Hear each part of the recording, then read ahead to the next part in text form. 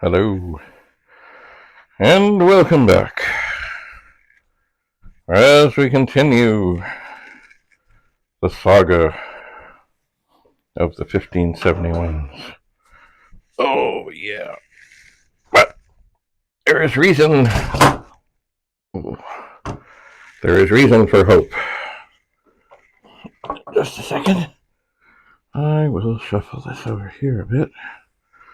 I will tell you why there is hope. It's funny how quickly a table can get full. I really don't need that at this moment. So, I have gone to the world of the internet, and I found a thing called Retro Isle. And it seems that they have sections on the Amstrad, the Sinclair, the Commodore, the Atari, the Acorn, the Nintendo, and others. Anyway, I searched for, let me back up a second, what did I, Commodore error code 1571 error code, which was actually something that the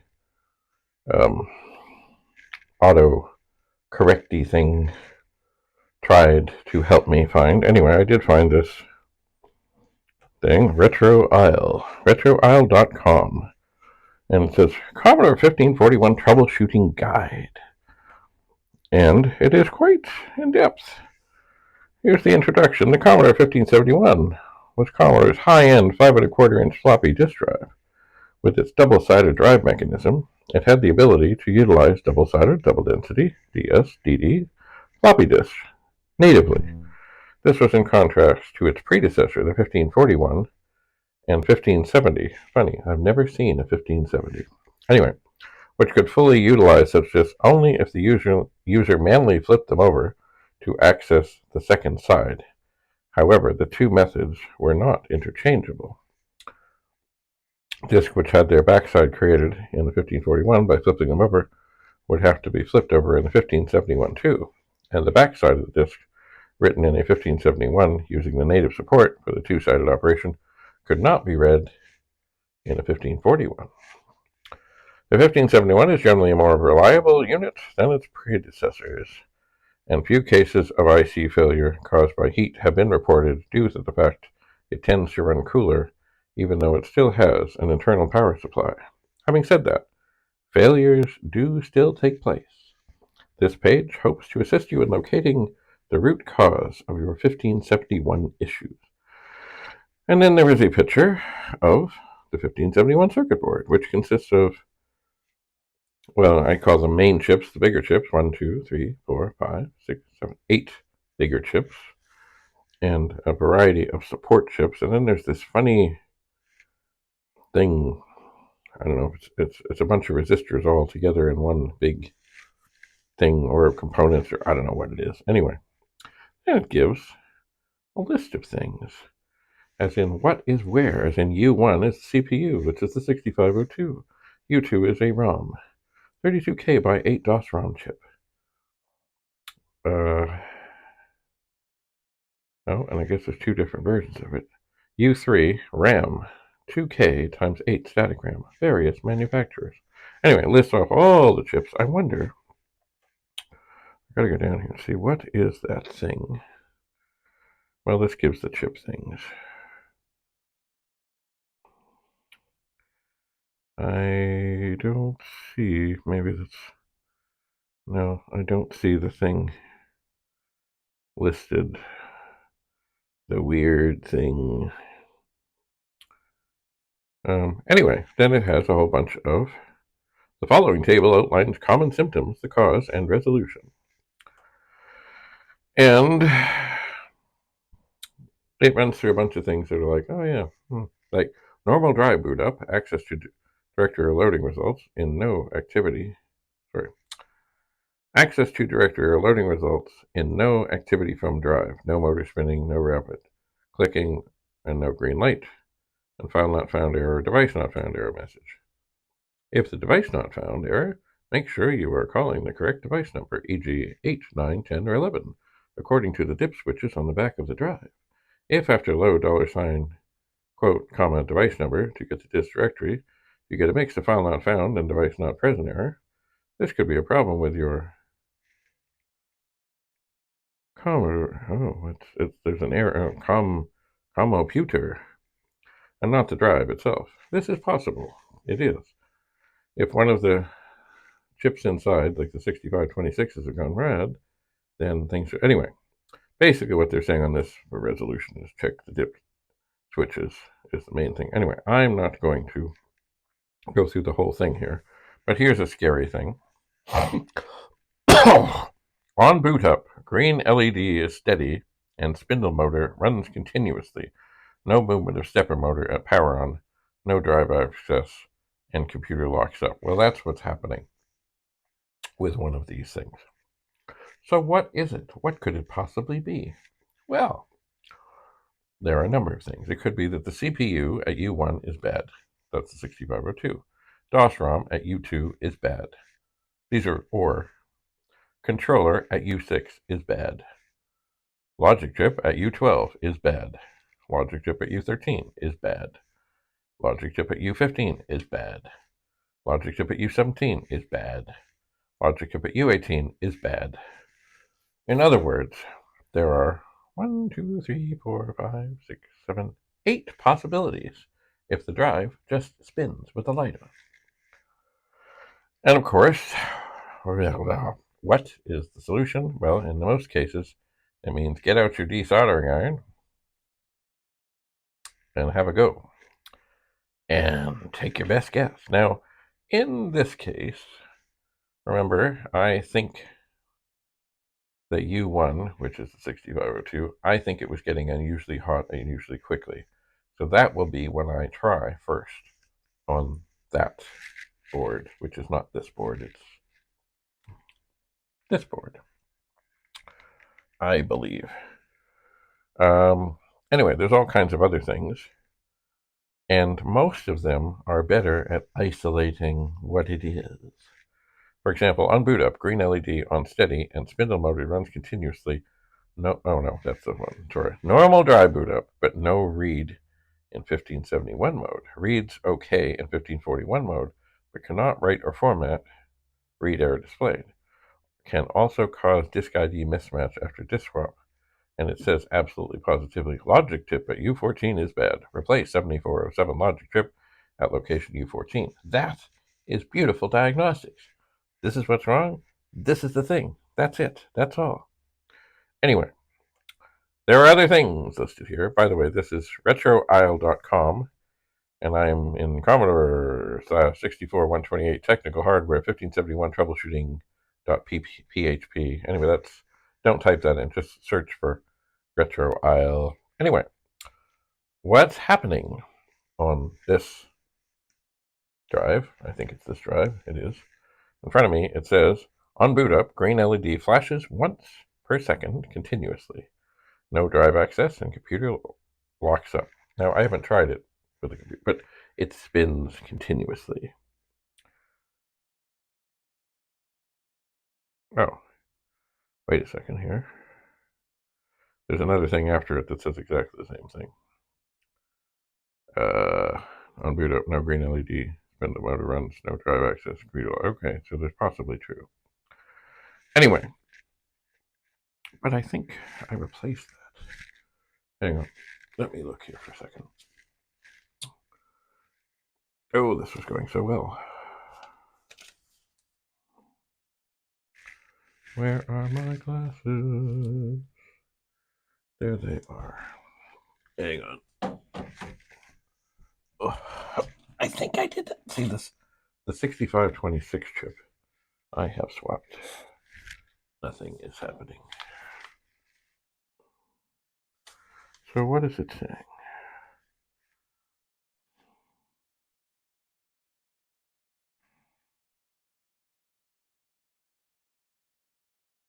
Where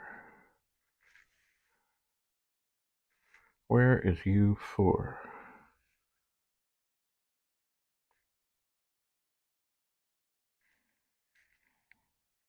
I see U3, U2, U1. Oh, U4. Okay. All right, well, okay, things got a little more complicated now than I thought, because I read this and I said, aha, that's anyway. What it's telling me here is on boot up, green LED flashes once. Oh, okay. No, okay, flashes once per second, no drive access, right? Okay. And it says absolutely positively SRAM at U3 is bad. Replace SRAM at location U3. Okay, well that is simple. That's one chip, one problem. It's all good. So yeah, no, I misread that other thing. But certainly, the other thing, I'll have to see about that. So what I'm going to do is I'm going to take my 1571 board, which is right here, and this chip right here in the corner. Have I got my finger in it? No, right there. Right there. That is U3. That is supposedly a RAM chip. It says MN4216-20. That is U3. U3 is supposedly SRAM, and that needs to be replaced. And then one of these drives should be happy again. And it's funny, now that I see this other thing about the other thing, I'm going to have to do a little more testing on the one that just spins to see in which direction I will go. I still think the 6502 is the first place to start. Anyway, so what I need to do is I need to take the board out of here.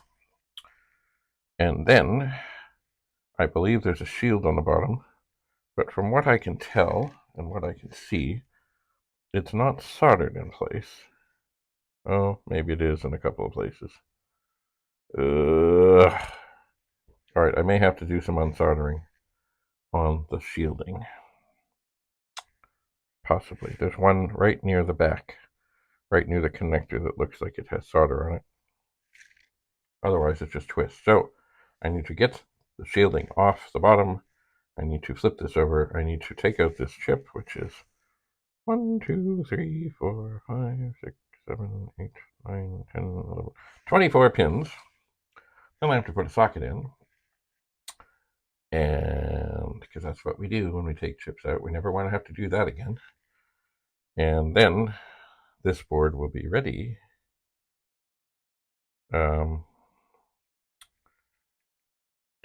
at this point, if I do that to this board, I can put the chip back in and the drive should still work.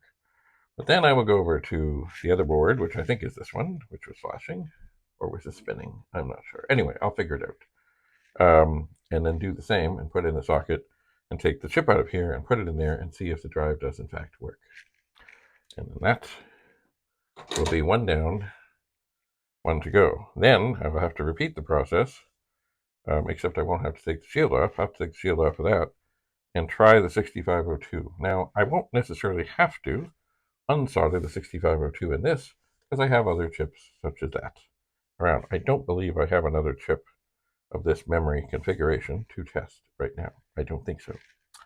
I don't think it's in something else, so I will have to snag it out of here. And then if that is indeed the problem, I'll have to figure out where can we get a replacement. So that is the plan. So anyway, this is a good thing. Why can I not scroll? There, I can scroll. This is a good thing. There's also a program here. This little program, detecting your 1571 ROM version. Here's a program which allows you to check which ROM version you have. It reports one of three versions, the old ROM, the new ROM, or the cost-reduced model. And there is a little program which is all of 7 lines, which at some point, perhaps, I will try. And then there's a head alignment program from Run Magazine by Stephen Chang. And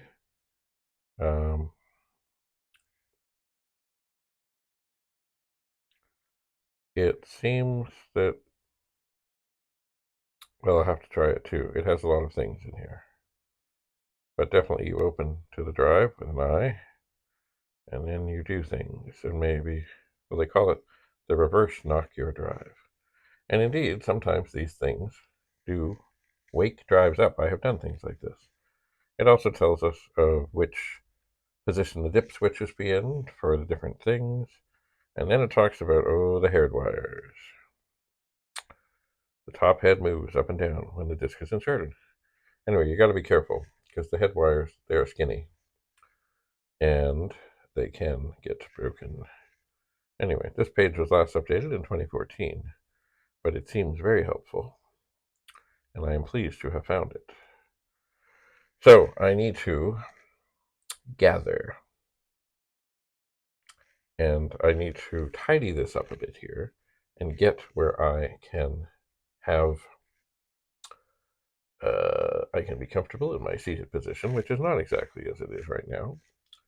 And I will have to have my soldering iron and my desoldering iron and all the things that go with it and some pliers. And I think it'll be okay for getting the shield off the regular soldering iron, but I might need a bigger soldering iron because, of course, heat dissipation is better on these things such as shields. And so I need to gather. Tidy, make sure I've got things all together. Gather, move this computer away, and commence shield removal, chip removal, socket installation, and then shield removal, chip removal, socket installation, and then put this chip in there, or there, whichever it is, and then see if that does indeed fix the problem. And I am forever hopeful. But let's see if we can get any advice on that.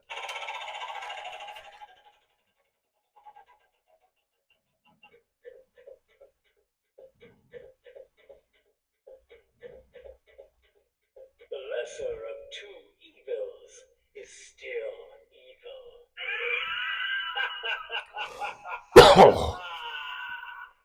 So true. I so wish that they had put every single chip in a socket. But I know that when you are making millions of things or hundreds of thousands of things, and if a socket, say, costs 2 cents, and you don't put sockets in, then that saves you 2 cents for each. And if you're making, a million or whatever, then that comes down to a lot of money. But it sure makes it easier to fix things.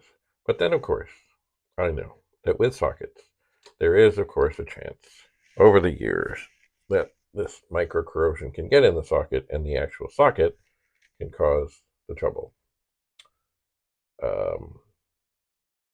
And also, I think I've told the story before, there was a thing that came out from Commodore, direct from Commodore, and I'm sure I have it somewhere.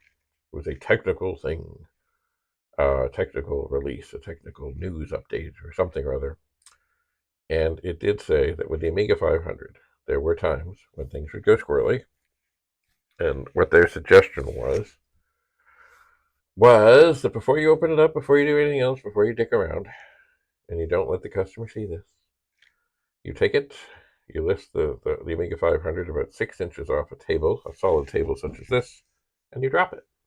Because what would happen with many chips and sockets is, and you're typing on the thing, there would be this constant little bit of shaking, little tiny bit. But some chips could become kind of unseated. And by dropping this thing 6 inches, it would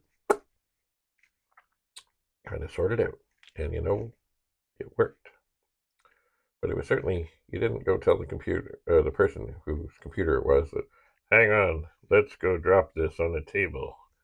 You would just do it. You would see what happened. If it worked, great. If it didn't, you might do it again, and you might carry on. And I'm sure I've told this story before. I was working at the warehouse at Winn-Dixie in Sarasota, Florida, and we had this funny little box that was the modem, and one day it wouldn't fire up. And I said to the person I was working with, I said, okay, I'm going to try something. It's not going to make it any worse, but it might make it better. Picked the thing up about 6 inches, dropped it. And without this modem, we were dead in the water and screwed. And it would have been, call IBM, and anyway, I've told other stories about that before. Anyway, before we got into calling or panic or whatever, I just said, this is of course after the thing from Commodore had come out, and I don't know how long that thing had been there, and I don't know how long it had been sitting, but anyway, it worked, and we never said a word.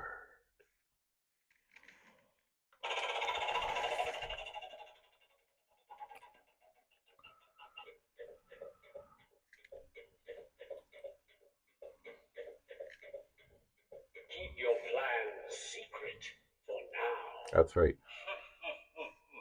Don't tell anybody you dropped the thing. It's funny as I look through the troubleshooting guide here. Takes a long time to read single-sided discs. Double-sided discs are quick.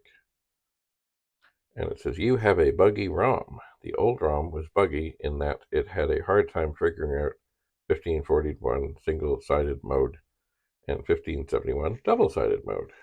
And the fix is upgrade the ROM to the Commodore new ROM or install a Jiffy DOS kernel ROM. I guess that is one of the reasons there were 3 different versions of the ROMs. And it's funny, I've been working on 4040s, but some of them say 2040. But way back when, all the 2040s were upgraded to 4040. I guess you had to go to your dealer, you had to do it. It just was because it was they changed the ROM, they did whatever, it made it better, and everybody just did it. Some people get all hung up, oh, I don't have a 4040, I have a 2040, or I have a this, or I have. There were also 3040s and other. Really, it's all good. Of course, there was a fellow I went to school with who he was all happy. He did not have a pet. He had a CBM, Commodore business machine. And of course, all it was a pet with a sticker on it that said, instead of saying pet, it said CBM. And that was rare in the small screen pet days. But he was oh so proud and oh so pleased. And in fact, I've run across people who, they would get the upgrade for their 8032 to make it an 8096. But by God, they wanted to get that new thing to stick on the front of the machine that proudly proclaimed that it was an 8096. It was a big deal. I guess it was kind of like, getting a Super Pet that didn't say Super Pet. You wanted that thing on the front, Super Pet. Didn't matter. That made no difference at all to the machine and how it worked or anything else. It just proclaimed it. And the one I like, and I've never had, but I've only seen a couple of, is the one that said Teacher's Pet. And I think that was a deal where if a school bought a certain number of pets, that they got one other one. And it was for the teacher. And it's a teacher's pet. I know one fellow who has one. And I think I saw one at George Brown College, I don't know, 40 years ago when Jim Butterfield was giving his machine language class. But that's it. There were not many. And really, they weren't anything different. It was just the nameplate on the front. That's all it was. But it was status.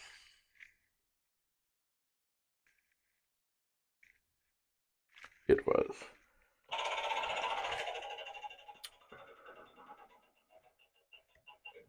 Anyway.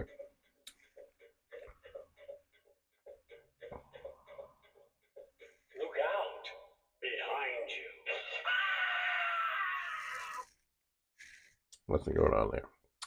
Anyway, I will refer to this further, I am sure, when it comes to looking into these things, because it may be, it's rare, but there could be multiple failures, and after I replace the RAM in there, some other something comes up. But just to make sure you can access this as well, it's retroisle.com.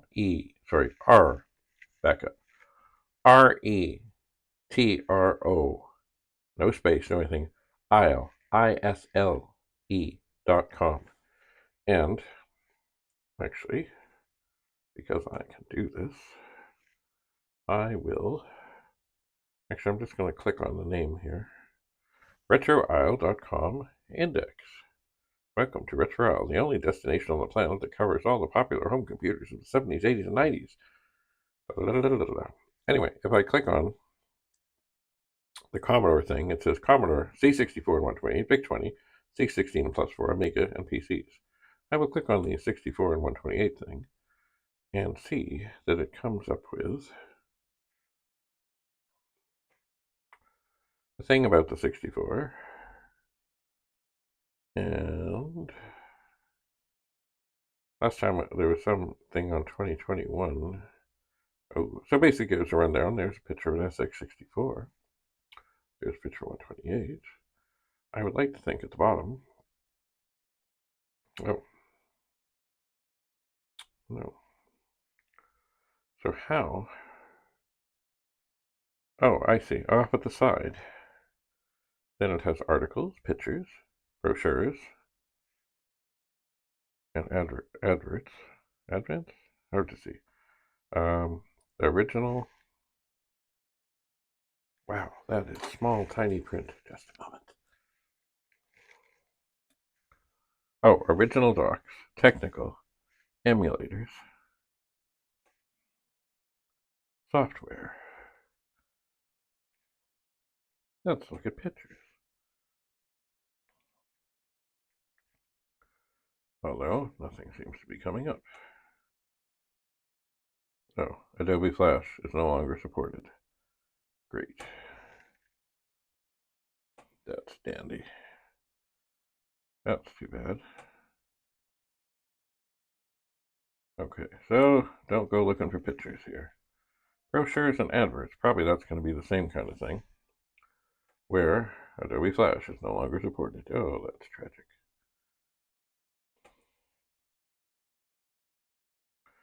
So I don't think this has been upgraded much lately. Let's look at a brochure, see if that comes up. Probably not. Adobe Flash is no longer supported. Okay. Well, that didn't go well. Let's look for technical. Yeah, okay. So what we have here is Commodore 64 board schematics. 64, C64 pinout, ports and pinouts. C128 ports and pinouts. Commodore peripheral ports. Hardware failure cheat sheet. Huh. Data transfers with Commodore computers. Diagnostic cartridges. C128 troubleshooting. VIC-2 chip. SID chip. And C64 128 firmware. Peripherals 1571 troubleshooting. I guess that's the one I was looking at. I guess it is. Anyway, very handy. So I at least have a bit of a plan to narrow the focus of what I might do next. A little wee bit. So as this machine, which I've unplugged, should go back to the charger. I think I will take it upstairs. And then I will gather. So I think I will have everything here that I could possibly need to do this. But of course, in the airline industry, they make checklists. So I will need pliers, solder, D, soldering, iron, soldering, iron, table,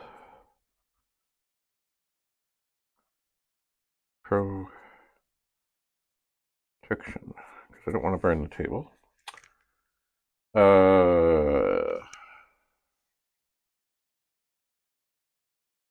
Phillips. That's what I'll need to get those things out. Let's see, what else?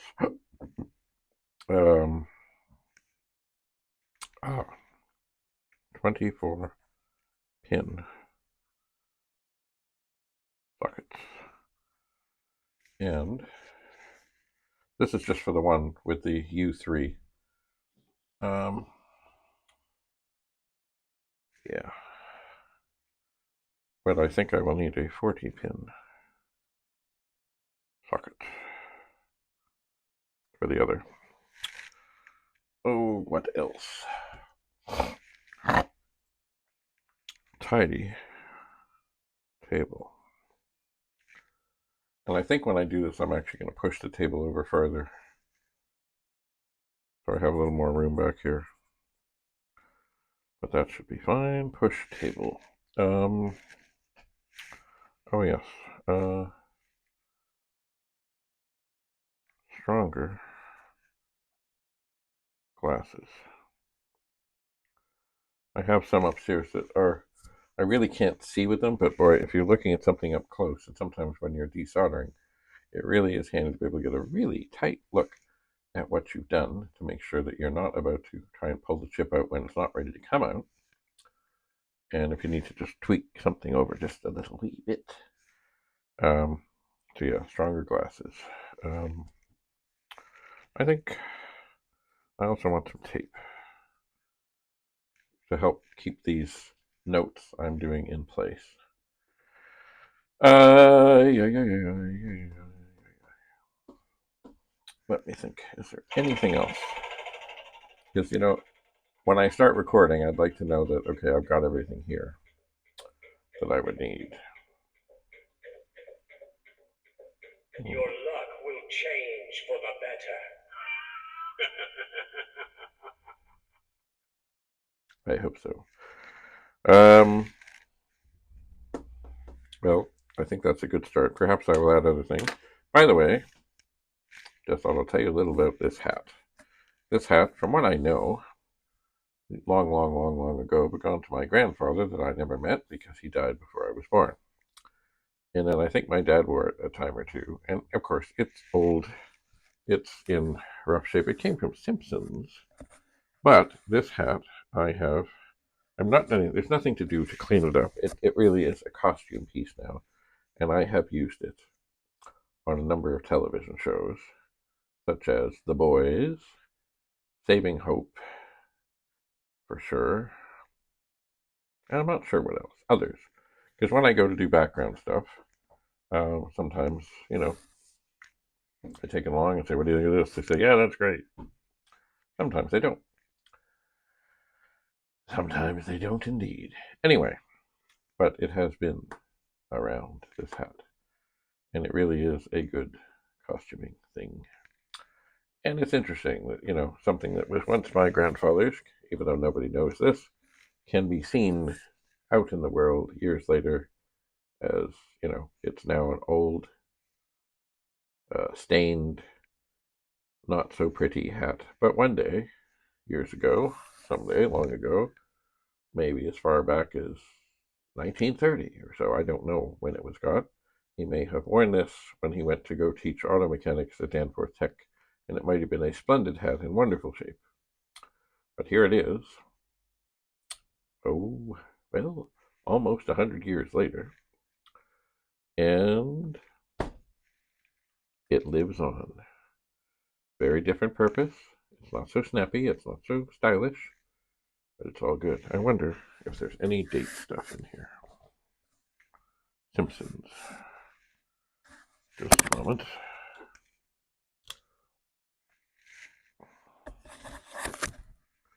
Simpsons. The store for men. And it has a little thing to show the back, but it doesn't seem to have a size. It does seem to fit pretty well. It does. Some hats I have fit better after I've had my hair cut, but this one seems to do okay. Anyway, I think that is enough for now.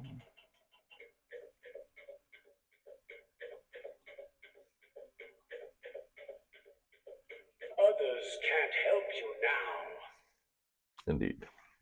So I will gather things on my list, tidy up, and prepare to operate. So thanks for coming. Don't forget about the World of Commodore, December 2nd and 3rd at the Admiral INN in Mississauga, Ontario. I will be there.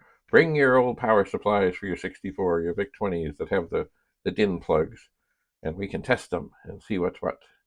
And if it's all good, it's all good. And if it's not, snip the cords and send them on their way. Anyway, it will be a great event. Hope to see you there. Thanks for coming. Oh, also, this soon, I'll get the information soon. There's going to be a TPUG meeting. It's the third Thursday, which this month is early. And Jerry Ellisworth, I think her name. Anyway, she is a genius, self-taught electrical engineer. Years ago, was involved in a project that made the Commodore 64 and a joystick and other such things. She's a genius. I met her once years ago when Jim Butterfield was still alive, and she was a treasure. She was a treat. She was great to be in the presence of, and there will be, and it's online as well as in person. I'm pretty sure she'll be online. There will be a TPUG meeting coming up on the third Thursday of this month, which, just off the top of my head, I don't know what day that is. Anyway, I'll get more details, and I will put out a special message about it, and it should be good. It should be. So, that's all I have to say about that. Oh, dear. Now is a good time to run. Yes. Not a bad thought. Bye for now.